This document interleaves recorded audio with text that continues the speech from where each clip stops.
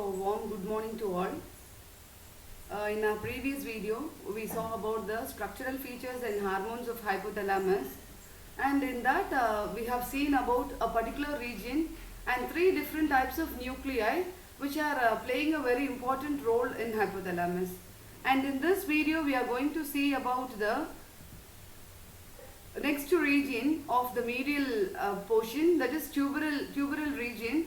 And in this tuberal region, it is made up of two different types of nuclei. One is ventromedial nuclei and another one is arcuate nuclei. And what is the function of this two particular nuclei in hypothalamus, and about the mammillary nuclei also. The third region of hypothalamus is mammillary region, and the mammillary region is also made up of two different types of nuclei. One is posterior and another one is mammillary nuclei. And in this session we are going to see about this two regions and about this four particular nuclei. So let us move into the thing. So the medial part of the tuberal region contains two important nuclei, and these two nuclei are very prominent, especially based on their staining ability. And the lateral part, which is more loosely organized, is termed as the lateral hypothalamic area or LHA. And ventromedial nucleus is very large and prominent nuclei of the tuberal region. As we said, it is having two different types of nuclei. One is arcuate and another one is ventromedial. Ventromedial nucleus is very large and prominent one based on the staining ability. The most important function attributed to ventromedial nucleus is to control the feeding or to control the eating. So each and every nuclei is attributed, or it is having different function, and especially this ventromedial nuclei is having a function to control our eating ability. So if there is a lesion, what do you mean by lesion? What do you mean by lesion? Yes, if you are having a break or cut in the particular region, then it is called as a lesion.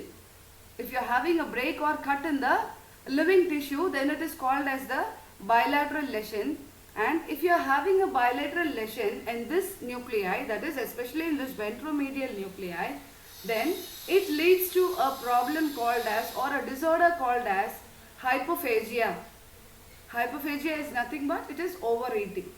And automatically, if you're feeding more, the amount consumed a lot, or the amount eating is more, then automatically it leads to a disease called as obesity. And obesity is not only in animals and most probably in humans as well. And automatically everything is a chain link, okay? When the nuclei is having a lesion, then it leads to hypophagia, and hypophagia leads to obesity. And if you are obese, you will be emotionally imbalanced. That is, you will be having a mood swing, and it will lead to an increased aggressive behavior, and this aggressive behavior is termed as the hypothalamic rage. What it is termed as? It is termed as the hypothalamic rage. So this is about the ventromedial nucleus. See, can you able to view the picture here? And in this picture, it is very clearly mentioned that is this dark portion.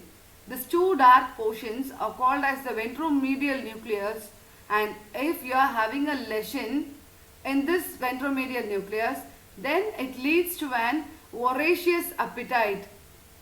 See this cat, it is voraciously feeding and it is very obese also. So this picture clearly indicates a bilateral lesion in the ventromedial nuclei leads to uncontrolled eating. That is, it leads to obesity. So the next thing is bilateral lesion in the lateral hypothalamic area. So previously what we said is, especially in that nuclei, that is in lateral hypothalamic area, you will be having two different types of nuclei. One is ventromedial nucleus and another one is arcuate nuclei. And now we are going to talk about the bilateral lesion in the lateral hypothalamic area. And if you are having a lesion in this region, it leads to anorexia. So what is anorexia? Scientifically, anorexia is nothing but you will be having a lack of appetite. In the previous thing, you will be having an voracious appetite, whereas it is just opposite. You won't have the appetite at all. If you're not having the appetite, it leads to the starvation. When once you're not having the appetite, you won't feel to eat, and that leads to the starvation, and the animal dies because of the starvation. As a result of these lesion studies, so lesion study based on the bilateral lesion in different regions of the hypothalamus, they have conducted a study, and that study results or reports that ventromedial nucleus has been referred to as the satiety center, and the LHA or the lateral hypothalamic area is referred to as the feeding center. There are two different centers based on the lesion studies, and one is satiety center and another one is feeding center. So ventromedial nucleus will be providing you a satisfaction.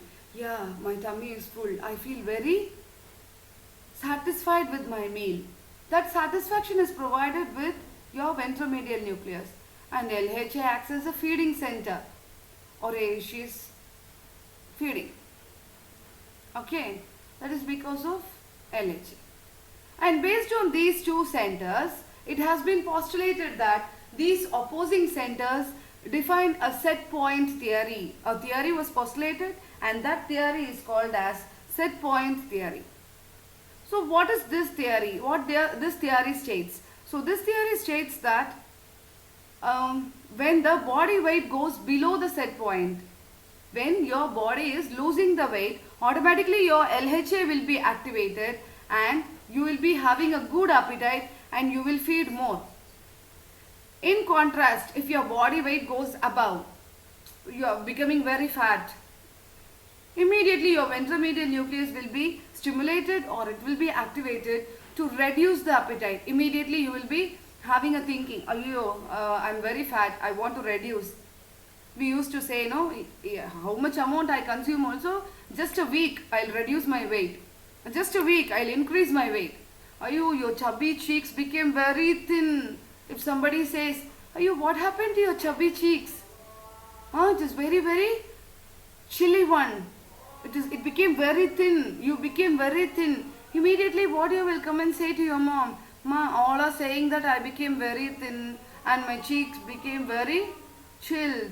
And what you will do? See, within 1 week I am going to develop my physique. You will be feeding, and that confidence or that thing is activated with the help of your hypothalamus.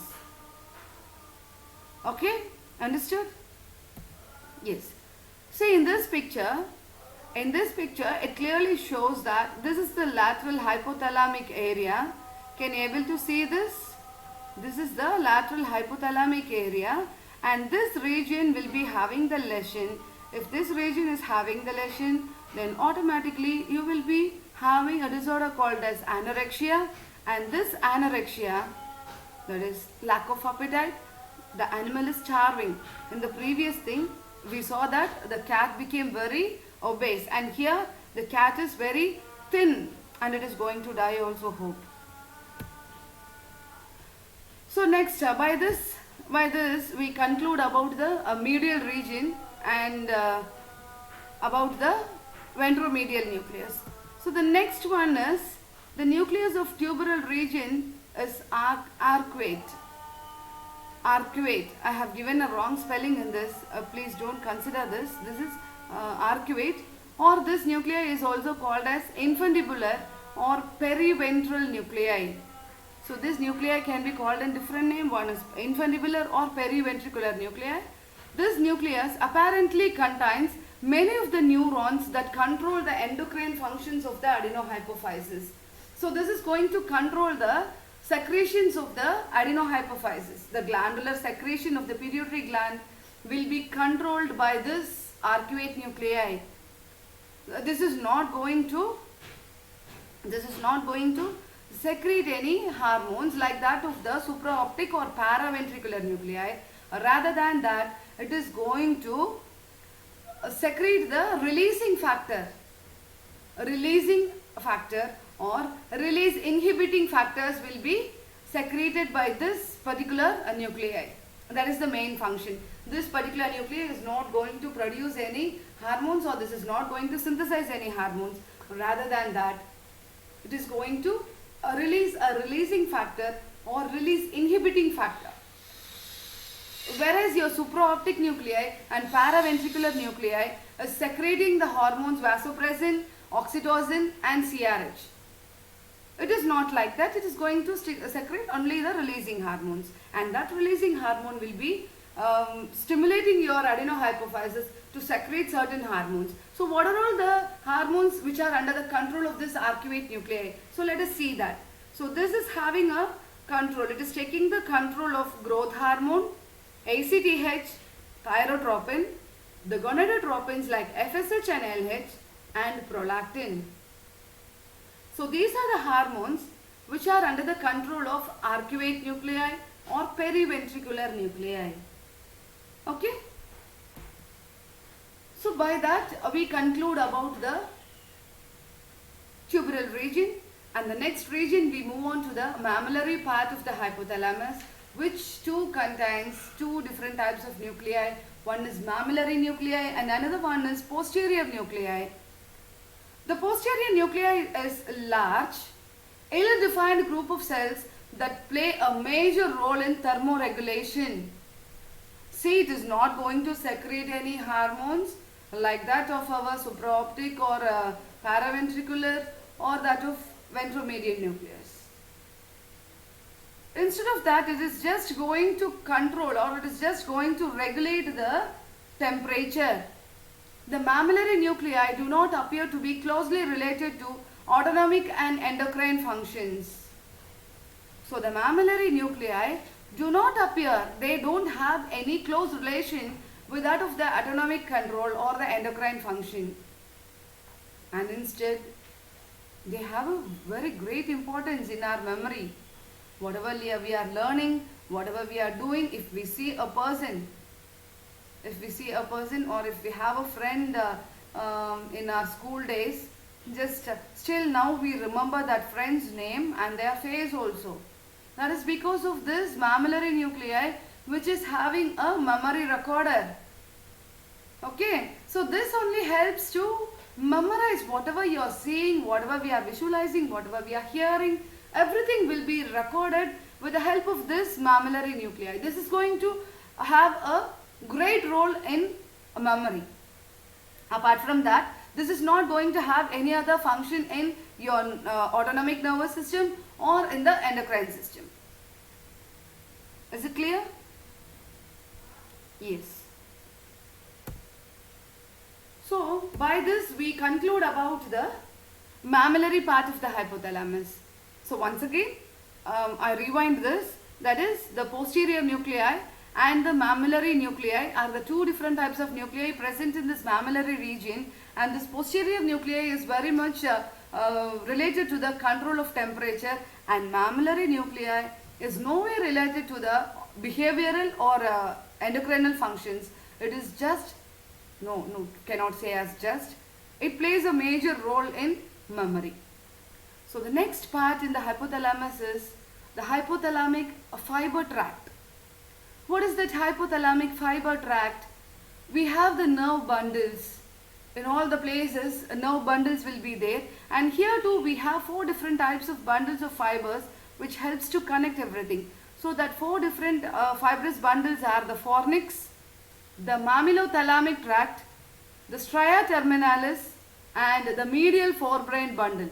These are the four different types of fiber tract we have in the hypothalamus region, and these fibers play a major role in appetite control and descending fibers from other basal forebrain structures. So the descending fibers, the fibers which is coming from the forebrain structures, even that is also having a role in this. It has been implicated in controlling many physiological functions. Many physiological functions have been controlled based on this hypothalamic fibers, like sleep, behavioral traits like depression and pleasure. See, this is just opposite, depression and pleasure. If you are not pleasure, automatically you will be depressed. If you are depressed, you don't have the pleasureness in your mind. So this is just opposite thing. Okay, vice versa. So this is the basic functions of hypothalamus. What are all the functions carried by the hypothalamus is it helps to regulate the food intake, temperature, water intake, that is it helps to balance your thirstiness.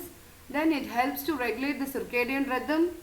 It helps to regulate the stress and emotion. As we already said that the hypothalamus is very closely related with the autonomic nervous system, and so it is related with the behavioral responses also. So it helps to regulate the stress and emotion. Then as it helps to control, that is this suprachiasmatic nuclei, which helps in the sleep wakeful cycle, and it is closely related with the biological rhythm. So it helps to regulate the sleep and wakefulness. This suprachiasmatic nuclei will be giving the instruction, or this retina will be giving the instruction to the pineal gland to secrete the melatonin, and based on that your sleep and wakefulness will be regulated. So this is the basic functions of hypothalamus. And lesions in the anterior part, that is previously what we said about the lesion is in particular regions of the hypothalamus we spoke. We spoke about the lesions in the particular nuclei or about the particular region. Whereas here we are talking about the entire hypothalamus. If you are having a lesion in the anterior part, then it can result in the hypothermia. And lesions in the caudal part of the hypothalamus can result in hypothermia.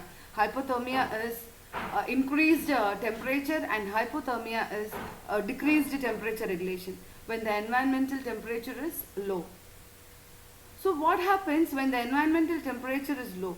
The body temperature increases, the body temperature gets increased, and the neurons in the anterior part of the hypothalamus is also getting an increased secretion, and what it does, it is giving the instruction to dissipate the heat.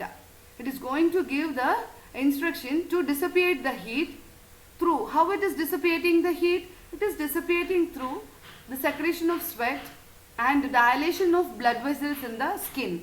So the blood vessels in the skin will be dilated, and you will be sweating a lot, and thus your heat is getting dissipated. The vice versa happens when the temperature decreases. When the temperature decreases, what happens? The reversed thing will be happening. The contraction of the blood vessels in the skin will happen, which reduces the amount of sweat, and your heat will not be dissipated, and the instruction to your anterior part of the hypothalamus will be given, that is to the neurons will be given, and that will regulate the body temperature. This is the vice versa thing happening. So by this example, it is very clear to understand the function of hypothalamus in regulation of temperature. Okay. So apart from the autonomic and endocrine functions, we already discussed in the first part of the video, and in this also we have discussed that autonomic and endocrine functions are there in hypothalamus. Apart from that, it is also involved in the control of emotional expressions. Even in the emotional expression, as I said, your depression and pleasure will be maintained with the help of hypothalamus.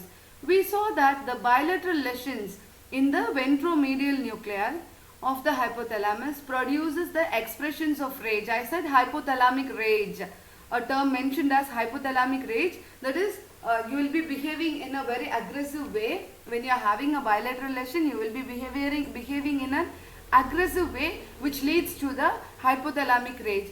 By that you can understand it is also controlling the emotional behaviors, emotional expressions. So the stimulation of various other hypothalamic nuclei produces a variety of other emotions, including pleasure and fear. Pleasure and fear. Sometimes we will be very excited. Without any reason we feel very excited. I feel very happy today. I don't know what is the reason, but I feel very happy. At the same time, another day we will be saying, I don't know, I'm very afraid of this, I'm afraid of that. I don't know, something is going to happen.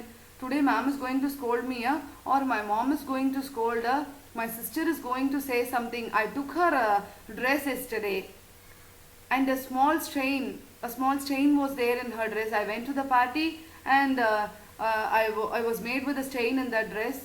So I'm just worried whether she is going to scold me, something is going to happen. I'm feared about that. So those fear and pleasure is based on the stimulation of hypothalamic nuclei. See here an example is given. Emotional factors can influence or block your menstruation. When you are emotionally imbalanced, your menstrual cycle will be getting disturbed. You won't get the proper cycle. And the same way, a feeding mother. Usually in ancient periods, and the elders used to say that those who are lactating, the lactating mothers should be always happy.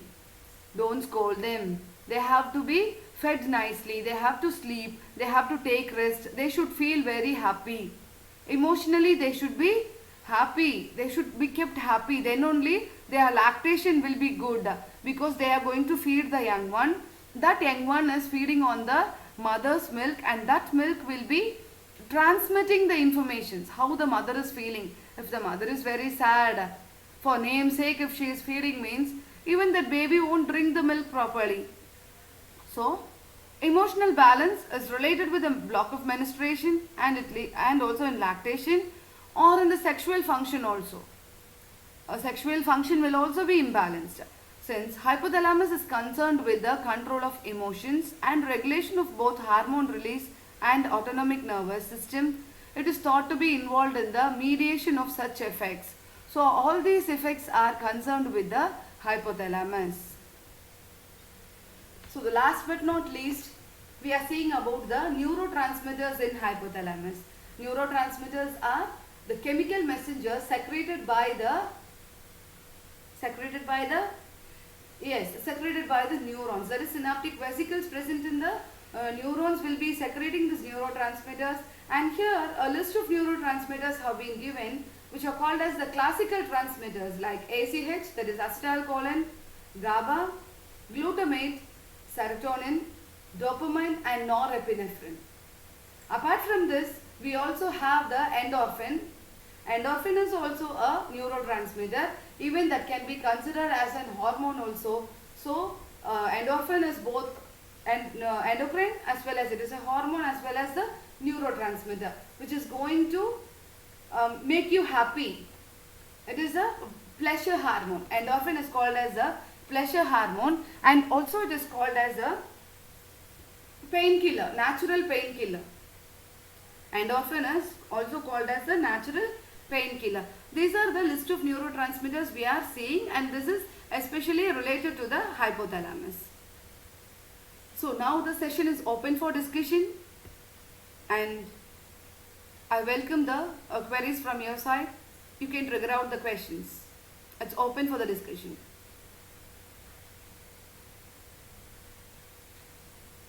Yeah, thank you for your patient listening, and we will meet in the next video with the structural and hormonal features of pituitary gland. Thank you.